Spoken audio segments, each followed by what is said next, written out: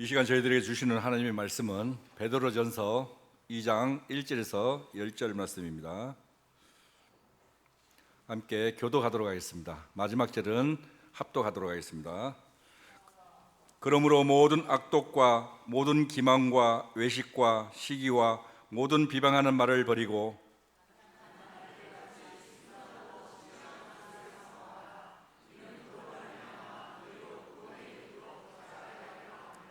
너희가 주의 인자심을 맛보았으면 그리하라.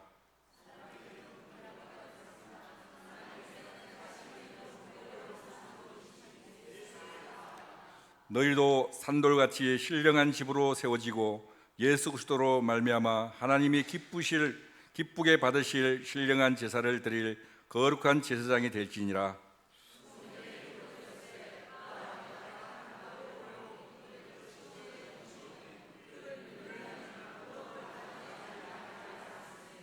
그러므로 믿는 너희에게는 보배이나 믿지 아니하는 자에게는 건축자들이 버린 그 돌이 모퉁이의 머릿돌이 되고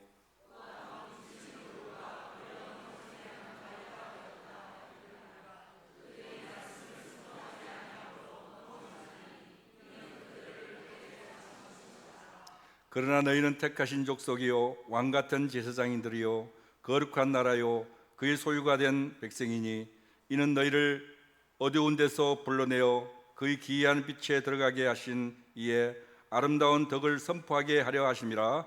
너희가 전에는 백성이 아니더니 이제는 하나님의 백성이요 전에는 국률이 얻지 못하였더니 이제는 국률을 얻은 자니라. 아멘. 목사님 말씀 전하겠습니다. 할렐루야. 지난 한 주간도 주의 은혜 가운데 강건하셨죠? 날씨가 계속 변하긴 하지만 그래도 새봄이 언뜻 다가와서 이제부터 또 3월 들어갔으니까 따뜻한 날들이 올 줄로 믿습니다. 옆에 분들하고 인사하실 때 새봄 같은 마음으로 은혜 받으십시다. 인사하겠습니다. 새봄 같은 마음으로 은혜 받겠습니다. 네, 우리가 계속 자기 부인의 신앙에 대해서 말씀을 나누고 있습니다. 자기 부인의 신앙이 꼭 필요한 여러 가지 신앙적 이유가 있지만 그 중에 제일 중요한 것은 우리 안에 우리의 신앙으로 이렇게 우리의 신앙 내 거 아는 것으로 이렇게 멈추지 마시고 그것이 선교와 봉사로 밖으로 이렇게 나아가려면 더더욱이나 자기 부인의 신앙이 필요하다 말씀을 나누었습니다. 그리고 다른 사람 섬기는 데 있어서는 더더욱이나 자기 부인의 신앙이 반드시 필요한 거다. 그렇지 않으면 다른 사람들을 섬겨 나가려는 마음을 가지지 못하고 오히려 나를 돌봐라 이렇게 되는 거예요. 그래서 자기 부인의 신앙이 굉장히 필요하다. 그래서 거기에는 좋은 동기가 필요한데 그 동기에 가장 중요한 것은 하나님의 사랑이다. 우리 지난주에 그래서 하나님의 사랑이 우리에게 동기가 되시기를 바라면서 말씀을 나누었고, 오늘은 우리가 하나님의 나라 백성으로서 하나님의 백성으로서의 우리 모습에 대해서 또 그리고 그 속에서 우리가 자기를 부인하고 또 선교와 봉사의 자리로 나아가는 우리의 자리가 잘 만들어지도록 오늘 말씀을 나눕니다. 1절부터 3절까지 말씀을 먼저 같이 말씀 속에 보겠습니다.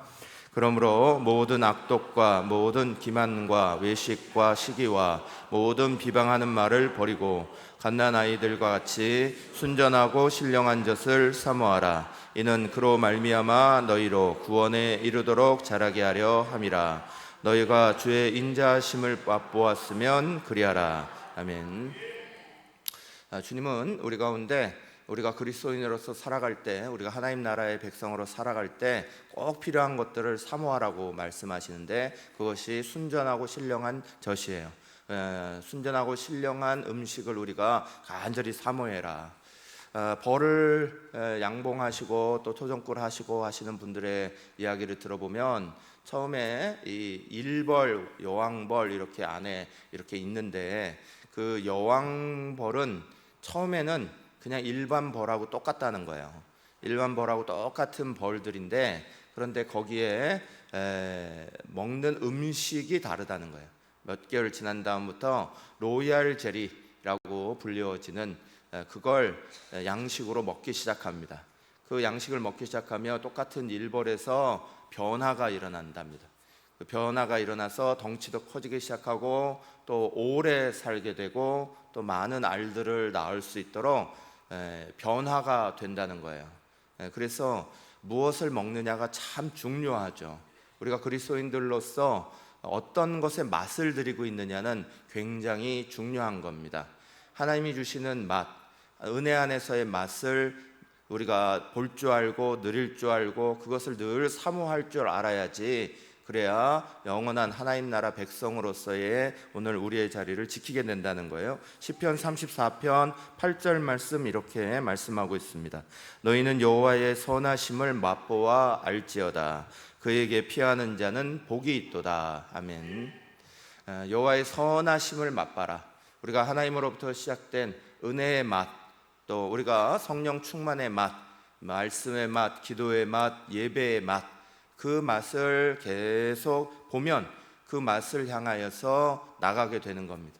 그러나 반대로 또 세상을 향하여서 달콤한 유혹의 맛을 본다든가 세상 맛을 본다든가 또 세상의 여러 가지 이런 것들이 우리에게 맛들여지게 되면 그 맛 끊기가 그렇게 어려운 거예요. 그래서 우리는 신령한 맛을 늘 드리도록 힘쓰시기를 간절히 축원합니다. 우리 그리스도인들로서 우리의 삶의 자리를 만들어갈 때 하나님의 말씀을 맛으로 느낄 수 있도록, 은혜로 느낄 수 있도록, 예배가 맛으로 느껴지고 은혜로 느껴질 수 있도록 이 맛을 느껴봐야 우리가 하나님 앞에 영원한 하나님 나라의 자리를 지켜나가게 되는 거예요. 그런데 오늘 본문의 이 베드로 전서의 말씀은 우리 가운데 좀 특별한 상황들 속에서 이것을 말씀하고 있는 거예요. 이 특별한 상황이라는 건 고난의 상황이에요. 특별히 베드로 전서가 기록될 무렵에 이 예루살렘 교회 또 초대교회는 굉장한 핍박 속에 있게 됩니다. 로마 황제였던 네로가 불을 지르게 되고 그 불이 온 로마를 불태우게 되고 그로 말미암아 이 궁지에 몰린 네로가 그 범인을 그리스도인들로 지목하죠. 그래서 그리스도인들이 그때부터 네로의 박해를 받기 시작합니다. 그것이 소아지아 전역까지 퍼져나가는 큰 박해의 자리로 막 넘쳐나게 됩니다. 그 박해의 자리 가운데서 이 고난에 대해서 그것을 대처해 나가는 그 어려움 속에서 그것을 이겨나가는 성도들을 향하여서 오늘 베드로 전서가 쓰여졌어요. 그리고 그 베드로 전서가 말씀하는 메시지의 가장 중요한 것이 바로 그 자리 안에서 어떻게 이겨나갈 거냐, 어떤 모습을 가질 거냐, 세상의 나를 박해한다고, 세상의 나를 어렵게 만든다고, 오늘 세상이 나를 힘들게 하고 있다고 나도 똑같이 세상에 그렇게 해야 될 거냐, 아니면 그 자리를 하나님이 원하시는 기뻐하시는 자리로 생각하도록 바꿔낼 거냐, 그것이 우리의 믿음이라는 거예요. 오늘 말씀은 사실 거기에 대한 말씀입니다. 존 보년의 철로역정을 저는 되게 좋아하는데, 그래서 제가 설교 시간에 몇 번씩 말씀을 드리잖아요. 그래서 아직까지도 안 읽으신 분이 있다면 빨리빨리 읽으셔야 돼요. 목사가 이만큼 말하는데 그걸 안 읽으신다 그러면 안 되죠. 그죠? 읽으셨죠? 목소리가 줄었어요. 철로역정을 우리 도서관에도 비치할 테니까 꼭 읽으셔야 됩니다. 그래서 철로역정은 굉장히 좋은 책이고 중요한 책입니다. 거기에서 이제 고난에 대해서 말할 때 성도들의 고난을 이렇게 표현하고 있어요. 쇠사슬에 묶인 두 마리의 사자, 이렇게 표현합니다. 쇠사슬에 묶여 있는 두 마리의 사자가 성도에게 찾아오는 고난이다. 이게 무슨 뜻일까? 제가 어릴 때요, 저희 어머니에게 심부름을 종종 어머니 심부름을 갔습니다. 제가 착한 아들이었습니다. 제가 착한 아들이라고 그러기만 하면 웃어. 안 착해 보이나 봐요. 주여? 그건 너무하잖아. 저희 어머니가 저를 이렇게 동네에 친하신 분들 또 제 친구들 집에 가끔씩 음식을 뭐 떡을 갖다 줘라 뭐 하라 그러면서 저를 심부름을 보내셨어요. 근데 유독 한 집만 진짜 가기가 싫었습니다. 그 집은 들어가면 커다란 세파트가 있어요. 그러니까 어린 저는 그 세파트 보고 무서워가지고 안으로 못 들어가겠는데, 아주머니 그러고 밖에서 부르면 항상 아주머니는 괜찮아 들어와, 괜찮아 들어와 그래요. 나는 안 괜찮은데 그게 뭐가 괜찮겠어요? 커다란 개가 막 엉엉거리고 앞에서 지키고 있는데 그게 뭐가 괜찮겠어요? 그래서 늘 안 괜찮아요, 안 괜찮아 그러면 그 아주머니는 계속 괜찮아 괜찮아 그러셨거든요. 그러다가 이제 제가 한 초등학교 6학년쯤 돼 갖고 또 그 집을 이렇게 가게 됐어요. 심부름을 갔는데 또 그 개가 커다란 그 놈이 딱 버티고 있는 거예요. 근데 아주머니가 또 그래요. 괜찮아 괜찮으니까 저 묶여 있으니까 괜찮아 들어와 들어와 그러는 거예요. 그래서 제가 이렇게 가만히 보니까 얘가 분명히 이렇게 묶여 있어요. 그리고 이제 6학년쯤 되니까 덩치가 꽤 커졌어요. 키도 좀 커지고 덩치가 커지고. 그러니까 이제 제가 들어가면서 어떻게 할게요? 왕 그랬어요. 그랬더니 놀라운 일이 벌어졌어요. 그 세포트가 깨갱 하더니 뒤로 물러나기 시작했어요. 되게 자신이 생겨갖고 그 다음부터 들어갈 때마다 제가 쫙 째려보면 얘가 촥 해갖고 주눅이 들어서 싹 빠지기 시작하는 거예요. 그때부터 무사 통과가 됐어요. 그걸 철로역정에서는 고난은 쇠사슬에 묶여 있는 두 마리 사자 같다 이렇게 표현한 거예요. 고난은 성도들에게 다가오는데, 그런데 사자가 아무리 힘세고 또 아무리 건장해 보여도 쇠사슬에 꽉 묶여서 성도들에게 다가오는 것처럼 보이지만 그러나 성도를 해할 수 없다는 거예요. 사랑하는 여러분, 오늘 베드로의 말씀은, 베드로전서의 말씀은 아까 말씀드린 대로 로마의 박해 가운데 있는 그리스도인들을 향하여서 주신 말씀입니다.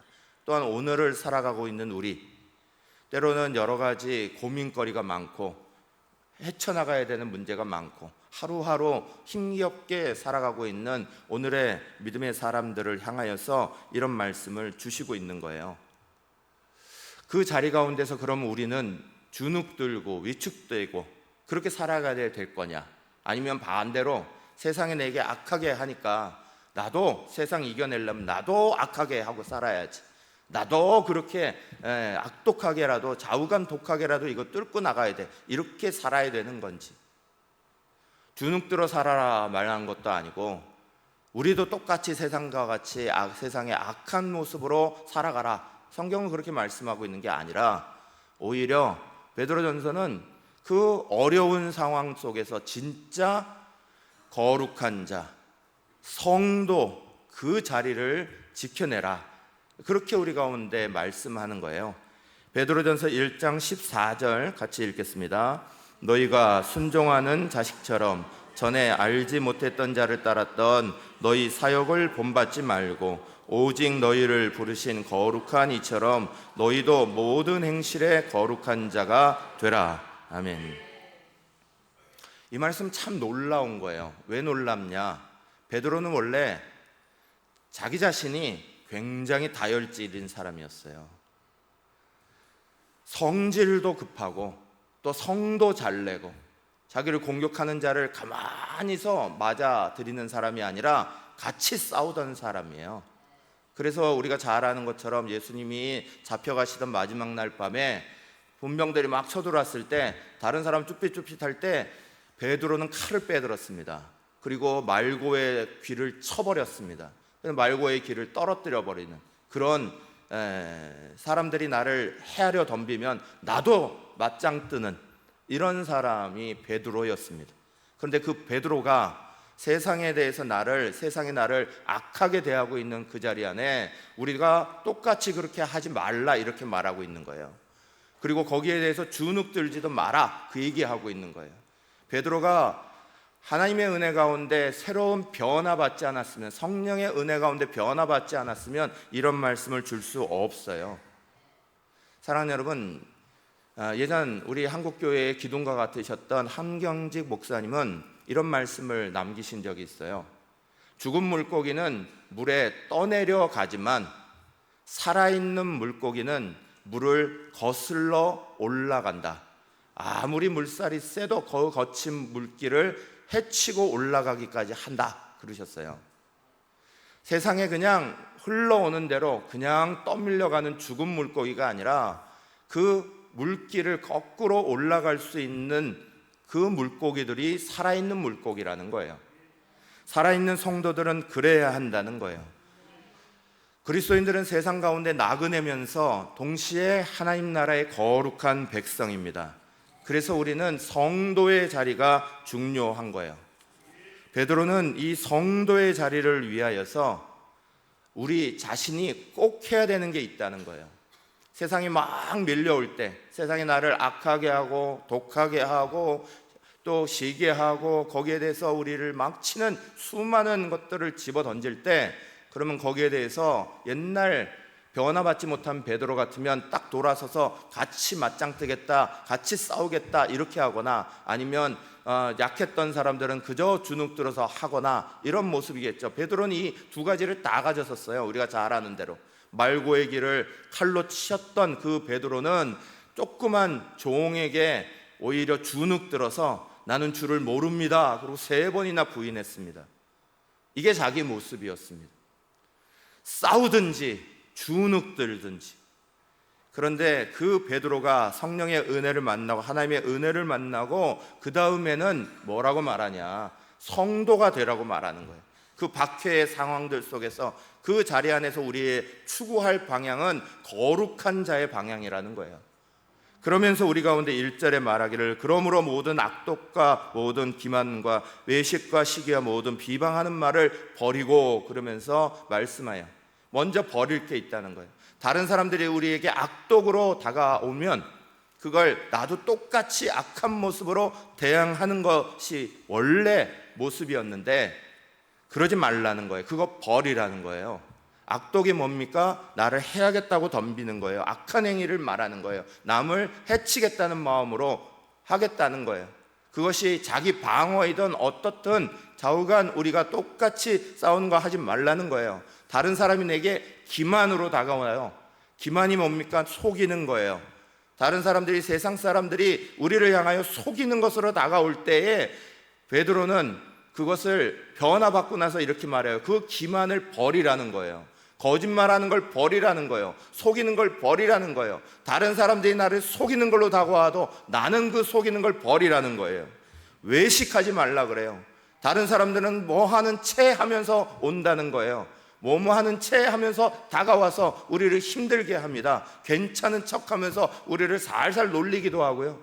우리 아들은 뭐 이런 척 하면서 우리의 마음을 긁어내는 일들이 많다는 거예요. 그러나 그 외식에 대하여서 똑같이 하지 말라는 거예요. 버리라는 거예요.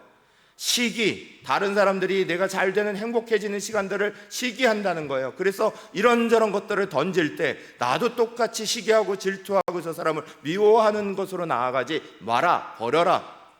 마지막 비방은 다른 사람들을 함부로 판단하는 거예요. 험담하는 거예요. 거기에 대해서 뭐라고 나쁜 말을 하는 거예요.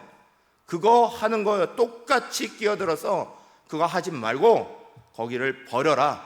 그리스도인들의 성도의 자리가 아니라는 거예요. 세상에 다가오는 자리는 그런 자리로 다가오지만 그리스도인들이 거기에 대항하는 자리는 그게 아니다.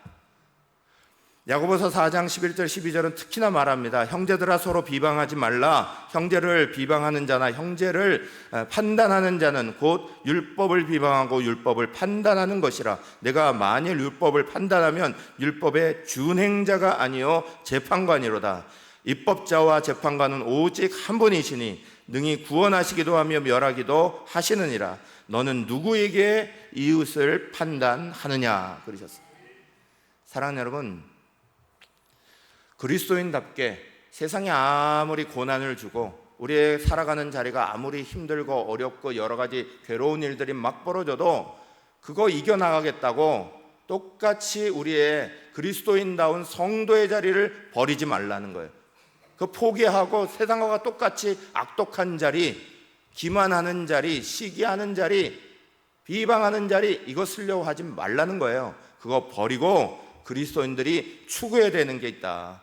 그게 바로 계속적으로 순전하고 신령한 젖을 사모해라, 그 말씀이에요. 그리스도인들은 세상이 다가오는 거하고 상관없이, 세상이 나를 어떻게 대하는 것 상관없이 그것을 가지고 계속적으로 하나님을 향하여 순전하고 신령한 젖을 사모해라. 어떻게? 갓난 아기들 같이. 그걸 어떻게 사모하라고 그랬냐? 갓난 아기들 같이. 갓난 아기들을 생각하고 어머니 젖을 무는 게 아니에요. 본능적으로 무는 거죠. 살기 위해 어머니 젖을 더듬고 먹는 거죠. 그건 배워서 되는 게 아니에요. 생각해서 되는 게 아니에요. 간절히 바라는 거죠. 간절히 그것만이 살 길이다 생각하기에 어머니의 젖을 먹듯이 우리가 성도로서 살아갈 때 하나님의 말씀만이, 그 신령한 것만이 우리의 살 길이다 이렇게 생각하며 그 하나님의 은혜를 간절히 사모하라는 거예요. 사랑하는 여러분, 그러면 하나님이 우리에게 약속하시는 게 있다는 거예요. 그러면 그 하나님이 우리가 그렇게 세상인에게 다가오는 거에 대해서 그 억울하고 힘들고 괴로운 일들이 나에게 다가오는 거에 대해서 내가 충분히 변명할 수 있고 충분히 그걸 이겨낼 수도 있고 싸워낼 수도 있을 것 같지만 거기에 대해서 그렇게 하지 아니하고 성도로서 거룩한 자의 자리로서 하나님 나라와 의를 구하는 자로 하나님의 은혜, 신령한 것과 주님이 주시는 순전한 것을 추구해 나가는 사람에게 4절과 5절에서 약속하시는 거예요. 4절 5절 말씀 같이 읽어볼까요? 사람에게는 버림바가 되었으나 하나님께는 택하심을 입은 보배로운 산돌이신 예수께서 나아가 너희도 산돌같이 신령한 집으로 세워지고 예수 그리스도로 말미암아 하나님이 기쁘게 받으실 신령한 제사를 드릴 거룩한 제사장이 될지니라. 아멘. 사랑하는 여러분, 예수님이 이 땅 가운데 오셔서 살아가신 그 자리, 특별히 그 속에서 좋고 행복한 자리도 분명히 있으셨지만 그러나 반대로 고난당하신 시간이 많았습니다. 그 예수님의 고난을 기억하는 시간이 이번 주 수요일부터 시작되는 사순절입니다. 우리는 1년에 한 번씩 꼭 40일 동안이나 예수님의 고난을 기억합니다. 그 예수님의 고난을 다시 한번 생각합니다. 왜 그러나? 왜 그걸 1년에 한 번씩 우리는 계속 되짚어야 합니까? 우리는 부활의 자리를 알고 있고 부활의 믿음으로 영원한 하나님 나라를 바라보고 있는데 왜 오늘 우리는 여전히 그 고난의 자리를 되씹어야 됩니까? 그건 바로 이 말씀 때문에 그런 거예요. 주님이 그 고난의 자리를 겪으셨지만 그 고난 속에서 그 세상 사람들의 버림바 되셨지만 그러나 그 버림받으신 자리에서 하나님은 이분을 들어올려서 보배로운 산돌이 되게 하신 걸 우리는 믿어요. 사랑하는 여러분, 마찬가지로 오늘 우리가 믿음의 자리를 걸어갈 때 그 믿음의 자리가 우리에게 다가오는 수많은 고난의 자리, 어려움의 자리, 그래서 거기에 대해서 나도 똑같이 악독하게 할 수 있어요. 나도 똑같이 시기하며 질투하며 싸울 수 있어요. 억울하게 비방받는 것, 나도 거기에 대해서 항변하며 나도 다른 사람들 비방할 수 있어요. 똑같은 모습으로 덤빌 수 있어요. 그런데 베드로는 그걸 성도의 자리를 지키는 것으로 바꾸라는 거예요. 왜? 하나님이 결국은 이 모든 것들을 바꾸실 거니까. 우리가 판단받는 자리는, 우리가 성도답게 판단받는 자리는 세상이 아니라 하나님 앞에니까. 그 하나님 앞에서 우리는 결국 우리의 모습 안에 하나님이 인정하셔서 가장 연약한 자리들을 들어 올리실 거니까. 사랑하는 여러분, 베드로는, 이것을 경험한 베드로는 원래 강한 사람이 아니잖아요. 말씀드린 대로 다혈질에 화도 잘 냈다가 주눅 들기도 잘했다가 예수님 앞에 막 그러죠. 예수님 십자가 지시겠다 그러니까 절대로 안 됩니다. 그러고 예수님을 잡고 흔들었다 그랬어요. 성경에 그렇게 표현되어 있는 거예요. 예수님의 옷을 잡고 흔들었다는 거예요. 안 됩니다 그러면서 어떻게 가실 수 있습니까? 그래서 예수님이 사단아 물러가라 이런 소리를 들었던, 그래서 예수님 앞에 그렇게 막 했던 베드로가 예수님이 사단아 물러가라 하니까 그저 쭉 들어가서 주눅 들어버리는, 베드로는 이런 사람이었어요. 자기 성격으로 막 나갔다가 또 안 되면 오히려 주눅 들었다가 우울함에 빠졌다가, 이런 사람이 베드로였습니다. 연약한 마입니다. 연약한 사람입니다. 그런데 예수님이 그 반석에다가 교회를 세우겠다 약속하셨어요. 사람의 눈으로 볼 때는 반드시 그것이 연약한 자리예요. 말도 안 되는 거예요. 그러나 주님은 그 연약한 사람이 성령 받고 은혜 받고 굳건한 반석으로 변하신다는 걸 분명히 아셨어요. 그래서 그 베드로의 반석 위에, 그 믿음의 자리 위에 교회를 세우시겠다 그렇게 약속하셨어요. 사랑하는 여러분, 오늘 우리의 자리는 분명히 연약한 자리입니다. 한 명 한 명의 자리는 굉장히 연약한 자리입니다. 그러나 그 연약한 자리를 주님이 성도로 삼으신 거예요. 사랑하는 여러분, 저와 여러분은 오늘 우리가 살아갈 때 예수님이 먼저 가신 것을 기억하셔야 됩니다. 예수님의 자리는 건축자들의 버린 돌이 모퉁이의 머릿돌이 되신 거예요. 건축자들의 버린 돌이라는 게 뭡니까? 건축자들은 돌멩이 하나도 귀하게 여겼던 사람입니다. 다 돈이니까. 그래서 그것들을 함부로 쓰지 않아요. 그런데 그 건축자들도 쓸 수 없는 돌이 있다는 거예요. 안 맞아서 버릴 수밖에 없는 돌이 있다는 거예요. 그 아무런 가치가 없는 것처럼 버려진 그 돌을 우리 주님은, 우리 하나님은 모퉁이의 머릿돌로 삼으셨다는 거예요.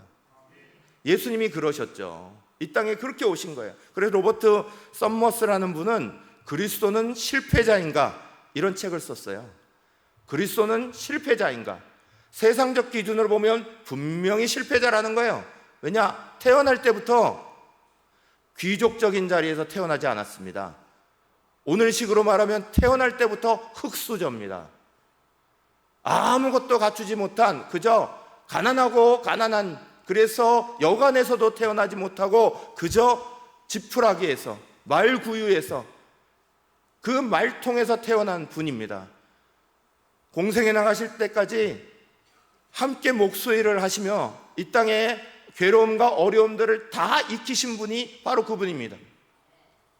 세상적으로 보면 그분은 성공한 분이 아닙니다. 성공의 조건을 갖춘 분이 아니에요. 그러나 그분은 그 고통 속에서 모든 인류가 가지는 죄의 아픔을, 그 무게를 짊어지시게 되죠. 예수님은 교육을 받으신 분이 아닙니다. 예수님이 어느 바울처럼 가말리엘 문화에 들어가서 교육을 받으셨나요? 아니에요. 좋은 대학을 다니셨나요? 아니에요. 그분은 어떤 것도 그렇게 하지 않았습니다. 그러나 그분의 가르침 속에 수많은 학교와 대학교가 세워졌어요. 그분의 가르침을 따라서 수많은 사람들이 찬양하고 합창하고 교향곡을 만들어냈어요. 그분의 영향력으로 말미암아 수많은 사람들이 하나님의 은혜를 누리고 살아갑니다. 제자들은 대단한 사람이었나요? 여러분, 제가 어느 기업의 인사 담당 위원이었으면 그런 제자들 인사하는 사람을 안 뽑습니다. 베드로 그렇게 다혈질로 이리 뛰고 저리 뛰죠. 야고보와 요한 우레의 아들이라는 별명 가졌습니다. 얼마나 성질이 못 같았으면 우레같이 한다고 그래서 우레의 아들입니다. 인성도 안 좋아, 성격도 안 좋아, 급하기만 하고 우르르 해대는 그 사람을 쓴다고요? 세리마테, 다른 사람에게 다 손가락질 당하는 사람입니다. 다 손가락질 당하는 사람을 내 제자로, 내 회사에 하는 사람으로 쓴다고요? 안 써요. 사랑하는 여러분, 그런데 주님은 그 연약한 것을 다 모으셔서 새로운 사람으로 변화시킨 거예요. 그리고 우리에게도 마찬가지로 말씀하시는 거예요. 건축자들의 버린 돌을 모퉁이의 머릿돌 되게 하신 하나님께서 오늘 우리의 자리, 이 연약함을 가지고 있고 부족함을 가지고 있고 아무것도 아닌 우리의 모습을 바꾸어서 성도 되게 하신다는 거예요. 거룩한 자 되게 하신다는 거예요. 저는 목회하면서 참 감동받을 때가 많아요. 그때가 언제냐? 성도들의 삶을 이렇게 들을 때 와, 할 때가 너무 많아요. 저분은 정말 저걸 지킬 수가 없는데 그걸 지켜나가는 성도의 자리를 지키는 걸 보면 눈물 날 때가 많아요. 자기 몸 아프고 힘들고 괴롭고 그런데 성전에서 죽겠다는 거예요. 이래도 저래도 주의 전에서 죽겠다는 거예요. 어떻게든 교회에 나오시고 어떻게든 교회의 자리를 지키는 그분들을 볼 때마다 깜짝 놀라요. 제가 새날교회에 와서도 여러분들 신방하시면 어른들 신방할 때 우리 박영애 권사님 부군 되시고 최영근 교수님의 아버지 되시는 최창석 장로님 맞죠? 제가 그 분의 이야기를 들었어요. 몸이 다 마비되셔갖고 걷기도 힘드신데 새벽마다 새벽 예배를 그 걸음을 1시간씩 저기 바로 지하철역 있는 강서구청역 있는 거기에서 여기까지 오시는데 1시간씩 걸어오셔야 되는 그 몸을 이끌고도 새벽을 여기를 다 지키시고 그리고 그때마다 토요일날 나오셔서 강단의 자리는 본인이 닦으셔야 된다고 매번마다 닦으시고 한 번도 그걸 거르지 않으시고 끝까지 그렇게 하셨던 여러분 성도의 자리를 지키기 위해서 애를 쓰고 수고하는 그게 성도의 자리예요. 세상은 우리로 하여금 굉장히 힘들고 어렵게 만들어요. 세상에 안 힘든 사람 누가 있습니까? 여러분 우리 애들 붙잡아 놓고 너 안 힘드냐 물어보세요. 애들이 안 힘든다 그러는 줄 아세요? 힘들어 죽겠어요 그래요. 청소년들 붙잡고 안 힘드냐 물어보세요. 사는 게 뭐예요? 그러고 뭐라요?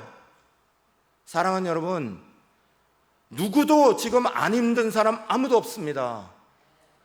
오늘 이 시대만 그렇습니까? 이전 세대를 살았던 분들에게 물어보세요. 사는 게 괜찮으셨냐? 다 힘들었다 그러지. 6.25 때는 6.25 때대로 힘들었다. 일제시대는 일제시대대로 힘들었다. 구한말 때는 구한말대로 힘들었다. 언제는 우리가 안 힘들었을 때가 있습니까? 우리의 삶은 항상 고난이 있고 항상 어려운 자리예요. 그래서 이 베드로전서가 중요한 거예요. 그 고난의 자리, 어려운 자리에서 그러면 세상을 이기려고 우리는 똑같이 세상과 같이 악독해져야 합니까?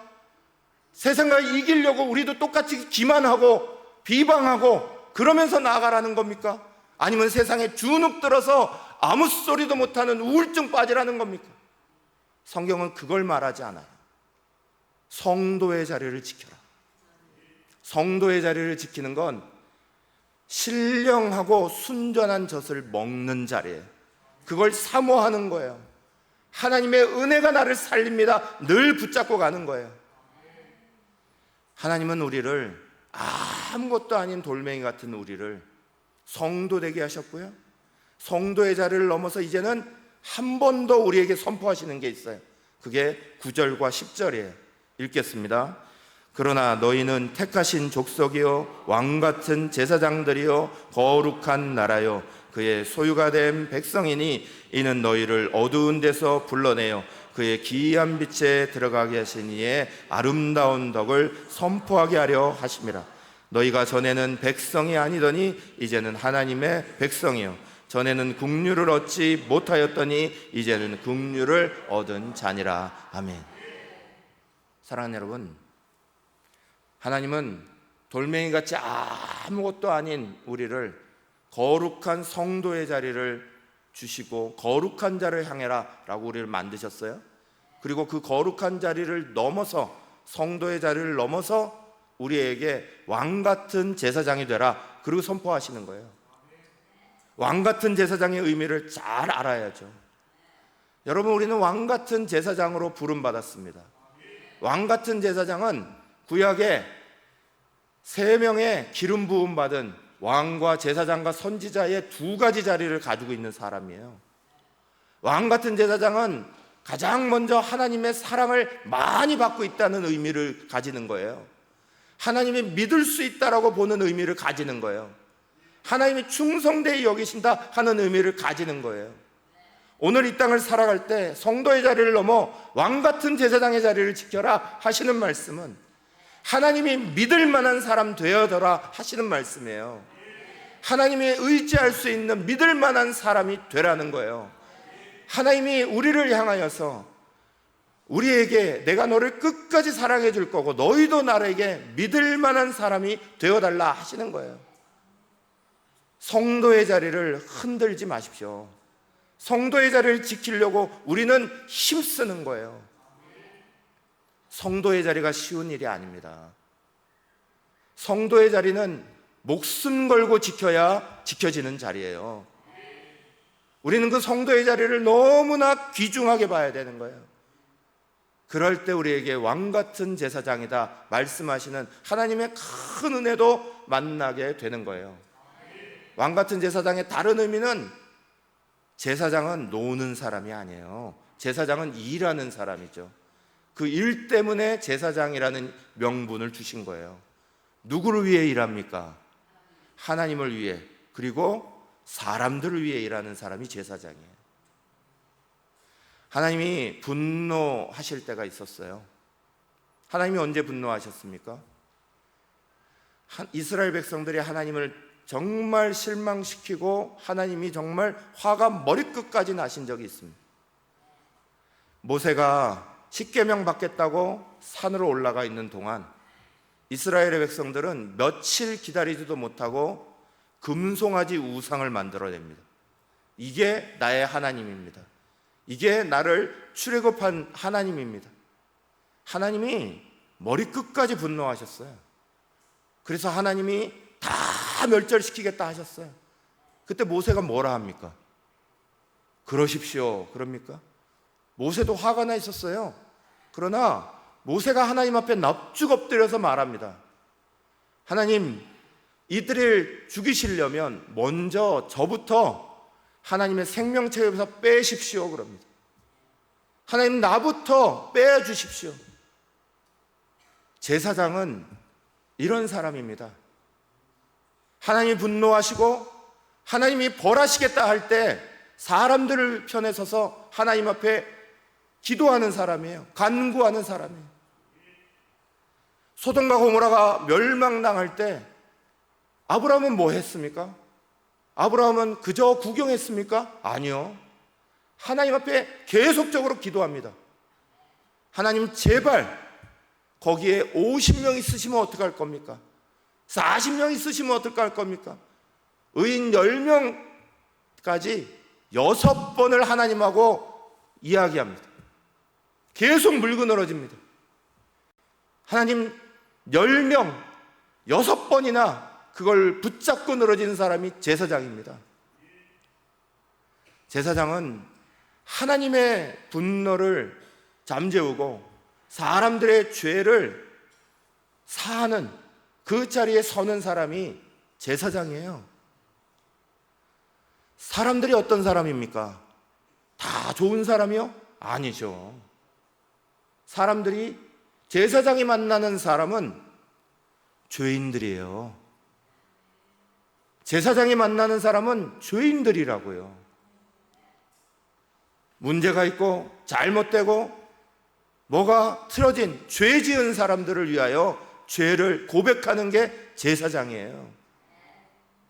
여러분, 내 주변에 힘들고 어려운 사람 많다고요? 내 가족도 말을 안 들어준다고요? 우리는 왕 같은 제사장 돼야죠. 주님이 우리에게 성도의 자리를 넘어 사명으로 왕 같은 제사장 되라는 거예요.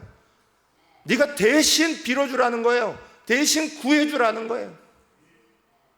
그 하나님이 우리에게 말씀하시는 그 귀한 은혜가 저는 우리 사랑하는 성도들에게 이루어지시기를 간절히 축원합니다.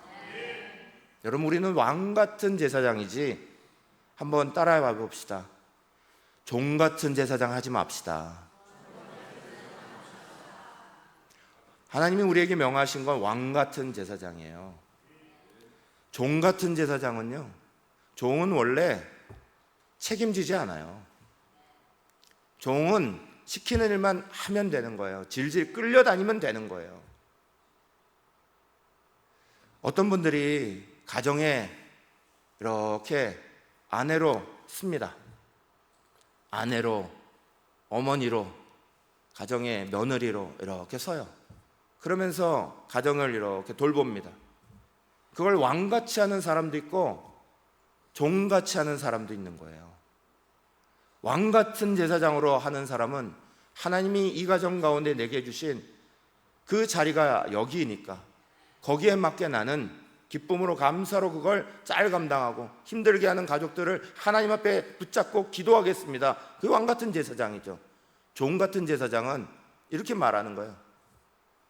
아이고, 내가 많고 많은 집 중에 도대체 왜 이 집에 시집 와가지고 맨날 하는 짓이 말레하고 밥하고, 내가 식모하려고 이 집 왔어. 식모. 이거 종같은 제사장이죠. 자기의 존재의 자리가 뭔지 모르고, 내가 살아가고 있는 자리가 하나님이 내게 명하신 어떤 자리인지 모르고, 남편도 똑같죠. 밖에 나가서 돈 벌고 들어오고 자식들 먹이고 이러면 나 좀 대우해 주지. 나 대우 안 해준다고. 그저 때가 되면 돈 타러 나한테 온다고. 내가 무슨 금융 자판기냐고. 내가 무슨 현금 자판기냐고. 이러고 살아갑니까? 종 같은 제사장이죠. 하나님 우리에게 주신 자리는 거룩하고 깊은 자리잖아요. 우리에게 맡기신 가정, 우리에게 맡기신 교회, 우리에게 맡기신 성도의 자리 하나하나가 맡길 수 없는 자에게 맡기신 고귀한 자리라고요. 돌덩이밖에 안 되는 우리를 거룩한 성도의 자리가 되게 하시고, 그 성도의 자리를 넘어서 왕같은 제사장으로 살아라고 우리에게 주시는 자리라고요. 그걸 아무렇지도 않은 것처럼 발로 찬다고요. 사랑하는 여러분, 불평과 원망 속엔 절대로 하나님의 영광 드러낼 수 있는 일이 없습니다. 초대교회는 실제로 교인들의 70%가 종이었습니다. 노예였습니다. 처음에 시작할 때 70%나 되는 사람이 노예였다가 그 사람들이 예수로 말미암아 변화돼요. 진짜 종인데, 노예인데, 그때 노예는 오늘 종업원들하고 차원이 다릅니다. 인격이 없는 거예요. 사람의 권리가 없는 거예요. 그 종의 자리를 예수 믿고 나니까 이렇게 해요. 진짜 주인을 하나님 섬기듯 하기 시작합니다. 내가 이 주인을 정말 하나님같이 섬기게 됐어 라고 말하는 사람들이었어요. 그게 어떻게 된 줄 아세요? 그것 때문에 초대교회가 부흥한 거예요. 그 주인들이 노예들의 감동에서, 종에게 감동해서 그 자리로 나오기 시작합니다. 그래서 교회가 왕성해진 거예요. 사랑하는 여러분, 저 여러분의 오늘 삶의 자리는 종 같은 모습으로 질질 끌려다니며 살아갈 수도 있고요, 왕 같은 제사장의 자리로 하나님이 내게 주신 것을 정말 기쁨의 사명으로도 지나갈 수 있는 거예요. 주님 앞에 서게 되는 우리, 나중에 주님 앞에 서서 뭐라고 말하게 될까요? 사랑하는 여러분, 오늘 고난을 겪고 있습니다. 어려운 일들이 많습니다. 제가 우리 성도들의 이야기를 이렇게 시간이 가면 갈수록 듣습니다. 목사가 제일 어려운 게 뭔지 아세요? 아직은 괜찮아요. 여러분과는 아직 한 1년 아직 안 됐으니까 괜찮아요. 속속들이 모르니까. 그러니까 제가 지금 오늘도 설교를 이렇게 막 하고 있는지도 몰라요. 시간이 가서요, 8년, 9년 한 명 한 명의 가정의 소식들을 다 알고 있고 아픔들을 다 듣고 그거 알고 나면 설교하기가 너무 힘들어요. 눈 쳐다보기가 어려워요. 하나님 말씀이라 그 말씀을 줘야 되는데 그럼에도 불구하고 저 아픔이 막 가슴에 다가와요. 말을 하다가도 말을 못해요. 그래서 60대 어느 목사님은 그러셨대요. 설교할 때마다 눈 감고 하셨대요. 나중에 성도들이 물어봤어요. 목사님 왜 설교할 때마다 눈 감으세요? 그러니까 성도들 얼굴을 못 쳐다보겠어 그러시는 거예요. 여러분, 상황 들으면 들을수록 가슴 아픈 일이 많아요. 힘든 것들 알아요. 근데 거기에 대해서 성경은 우리 가운데 이렇게 말씀하는 거예요. 거기에 주눅들지도, 거기에 세상대로 살아가지도 말라는 거예요. 세상이 아무리 악하게 해도, 세상이 아무리 기만하고 속여도 그 속이는 자리, 기만하는 자리로 성도의 자리를 포기하지 말라는 거예요. 오늘 우리의 자리가 하나님 앞에 믿음으로 나아가는 자리이기에 그러기에 더더욱 신령한 걸 사모하라는 거예요. 하나님의 은혜가 우리를 채울 걸 사모하라는 거예요. 그 놀라운 은혜로 채워져야만 우리는 마지막 주님의 자리까지 갈 수 있다는 거예요. 사랑하는 여러분, 우리 사랑하는 여러분들이 힘을 받으시길 간절히 축원합니다.